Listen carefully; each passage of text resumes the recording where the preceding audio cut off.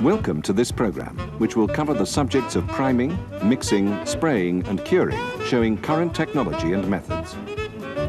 But before we can even think about cosmetic primers, it's important to consider the type of surface to be painted. So, let's start with the basics. Although many panels in modern cars are made from untreated steel, most steel panels are now zinc-coated or zinc-galvanized in some way during manufacture, and a few manufacturers make extensive use of aluminium instead of steel. Depending on the paint system used, these surfaces may require different corrosion protection primers. The acid in some etch primers may attack zinc coatings, so the paint manufacturer's literature should always be consulted to discover suitable materials. Here at Thatcham, we use an oxide primer for bare and zinc-coated steels and a phosphoric acid etch primer for aluminium. Peugeot and Citroën produce a special resurfacing kit for zinc-coated panels, which must be used to ensure the warranty is maintained. Electrophoretic primer should be lightly prepared to provide a key. Remember, this E-coat, as it's often known, is applied by the vehicle manufacturer to protect the panel, and it's not available as a repair material, so don't remove it unnecessarily. Where the E-coat has had to be removed, a corrosion protection primer suitable for the base metal should be used in repair. An aerosol is very useful for small areas, but it must still be used in a proper booth. Older vehicles, originally finished or previously repaired with cellulose, can cause problems. An isolation primer should be used, especially if the vehicle has been painted before and the cellulose coating is thick. This will prevent the old cellulose from flowing during baking, which could cause newly applied 2-pack to crack.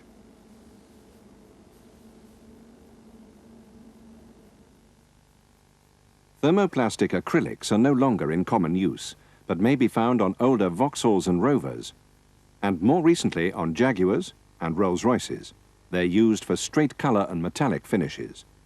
TPAs aren't just temperature sensitive, but also solvent sensitive. Spraying technique is important.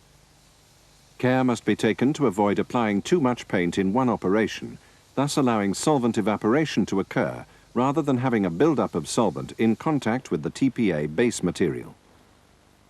A maximum oven temperature of 50 degrees Celsius must be observed to prevent paint flow. TPA will continue to be available as a repair material until at least 1993.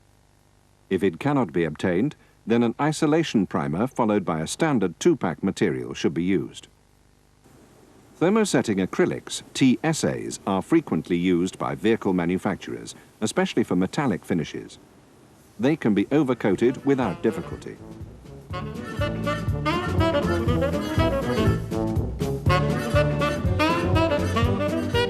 Primers are used between the substrate and the color coats to provide adhesion, improve corrosion resistance, and shape the panel. A 2-pack primer is now essential to comply with the terms of manufacturers' warranties. A guide coat, usually in the form of a satin black aerosol, is applied over the primed area.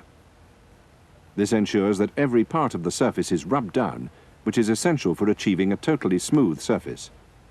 Consistently good results are obtained using this method, but baking and flatting destroy the masking, so the car must be masked up again for spraying the top coats, a time-consuming operation. The extra work involved can be avoided by the use of primers wet on wet.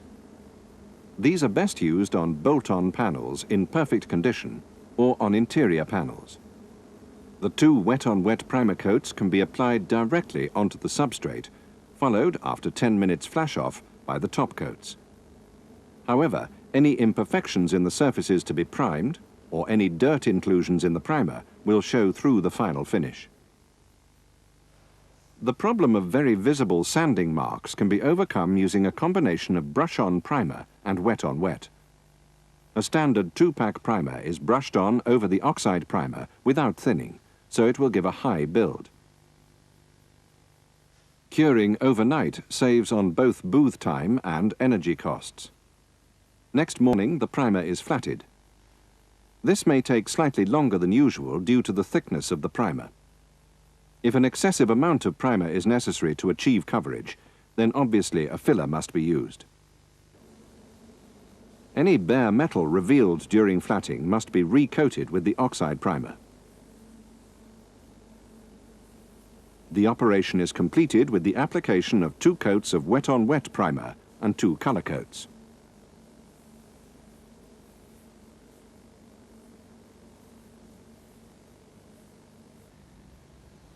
When it's known from experience that the covering power of the top coats is weak, primer may be tinted. Although initially more expensive, it can save time later. Fewer colour coats will be required and less paint. In general, only white primers should be tinted, and the paint manufacturer's instructions must be followed with regard to ratios. Usually, only pastel shades can be produced, but special tintable primers can achieve more saturated colours. The test panel shows the much stronger top coat colour obtainable with the help of a tinted primer. Remember that many of the materials used in vehicle refinishing are dangerous. Thus, they are covered by the COSH regulations. Spraying must be carried out in a proper booth, and operators must wear appropriate protection at all times.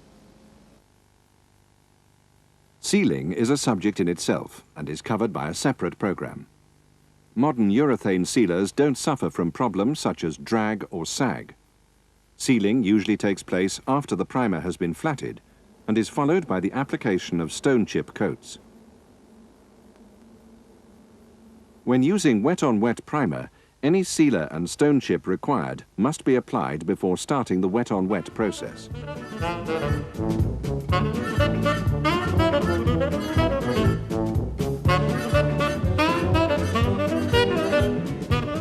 Before mixing any colour, an accurate match must be achieved.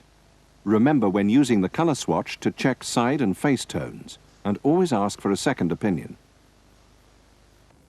The microfiche contains details of the amounts of the various tinters required for a specific colour. The ingredients are given in cumulative form, so as the ingredients are added, the weight given on the scale should correspond exactly. Only minute amounts of tinter are sometimes required, and quantities are given on the fiche accurate to 0.1 gram. This means that if only a small amount of paint is required, a greater quantity often has to be mixed than is needed. Most paint manufacturers give mixing information for half, 1, 2 and 3 litres. Research has shown that by moving the decimal point on the 2-litre formula, a minimum quantity of 0.2 litre can be mixed. However, trying the same procedure with the 1-litre formula can lead to colour variations due to inaccuracies produced by trying to use very small amounts of some tinters. Great care is needed to ensure accuracy, and ingredients should be added very slowly. What are you doing? I've got to get that in on. If a mistake is made, paint may be wasted, although an incorrect mix can sometimes be used as an undercoat or on the inside of panels. To overcome this problem, some paint manufacturers are now offering a computerized system linked to a set of scales which have an intelligent head interacting directly with the computer. The computer also contains all the information formerly stored on microfiche. If too much of one of the ingredients is added to the mix, the computer can work out the changes necessary to the other ingredients to result in the required colour. Whatever the colour, once it's been mixed and the hardener added, it must be thinned to the correct viscosity as given by the paint manufacturer. Thinners are solvents which evaporate from the paint during spraying and curing. They thin the paint sufficiently to allow it to be applied with a spray gun. There are 3 types of viscosity cup in common use: the Ford 4, the BSB 4, which is the British one, and the DIN 4, which is perhaps the most common, certainly in Europe and now in the United Kingdom. Paint must be at room temperature between 20 and 25 degrees Celsius before checking viscosity. Any errors can lead, for example, to the paint being too thin. Consequently, additional coats would have to be applied, resulting in a flat finish and other problems which would require costly rectification. Inaccurate viscosity readings can also cause a colour change when working with metallics. Cellulose finishes require a 50-50 mix with thinners, so during application more than half the mix will evaporate into the air and must be dealt with safely. High solids, HS, and medium solids, MS paints are now available. They have a higher colour density and so fewer coats are required, leading to less work and less solvent evaporation, although these systems do also have their problem colours which don't cover well. Thatcham has now adopted the use of medium solids paints for all refinishing work.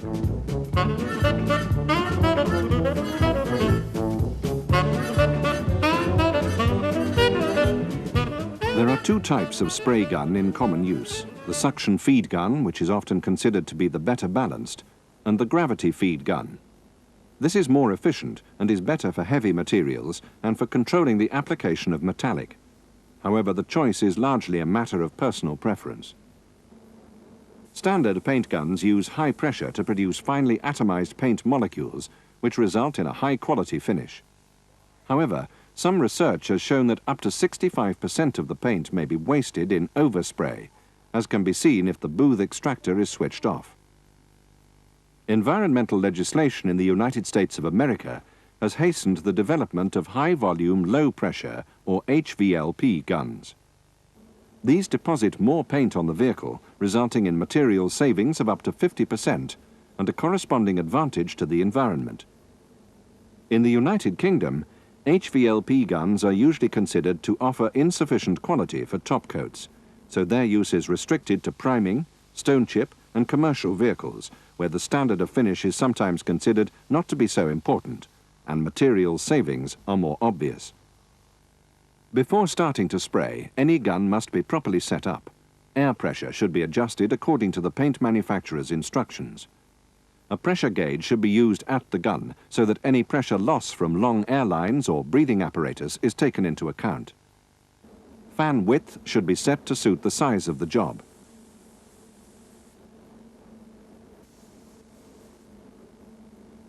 The air and paint mix should also be checked and adjusted if necessary.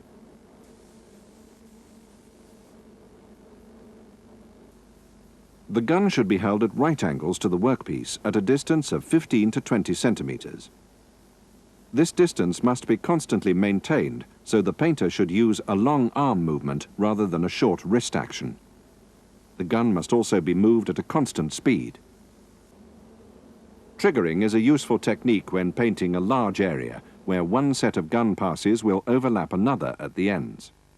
Remember that the gun must be moving when triggering on and off. Also, when triggering on, slightly heavier paint application will occur, so in this case the distance should be adjusted accordingly. In general, when blending in, the standard gun technique should be varied to an exaggerated arcing motion, always directing the gun from the center to the edge of the sprayed area. Controversy sometimes surrounds the subject of painting inside panels. For example, Volkswagen Audi require the use of color coats directly onto the electrophoretic primer, while most Japanese manufacturers use a colored ground coat on the insides of panels. A special formula is required for this ground coat, and problems can sometimes be experienced in obtaining a good match. Fortunately, most vehicle manufacturers issue instructions on this subject, which must of course be adhered to.